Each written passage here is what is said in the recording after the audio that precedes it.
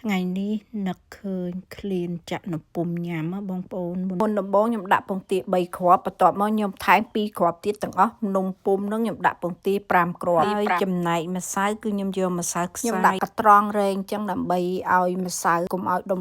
បងប្អូនស្ករខ្ញុំដាក់5 ស្ព្រាបាយ baking powder កន្លះស្ព្រាកាហ្វេអំបិល1ចុងស្ព្រាកាហ្វេល្ងវិញខ្ញុំដាក់3 ស្ព្រាបាយហើយខ្ទិះដូងគឺខ្ញុំដាក់1កំប៉ុងបងប្អូនចំណែកខ្ទិះដូងដែលខ្ញុំកំពុងប្រើហ្នឹងបងប្អូនគឺ product of Sri Lanka ខ្ទិះឡើងឈ្ងុយបងប្អូនអើយខ្ញុំទៅទិញចំហើយរកទិញបាននៅ Walmart បងប្អូនបន្ទាប់មកខ្ញុំកូរម្សៅហើយខ្ទិះដូងហើយនឹងគ្រឿងទាំងអស់ដែលបានដាក់ហ្នឹងចូលគ្នាឲ្យសព្វដើម្បីកុំឲ្យកកម្សៅ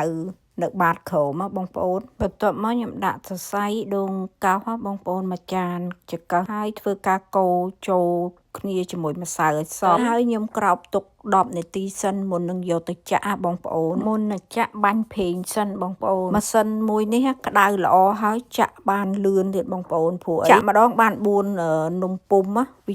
4ជ្រុងជាប់គ្នាបងប្អូនអញ្ចឹងលឿនហើយម៉ាស៊ីនហ្នឹងអាចបបិល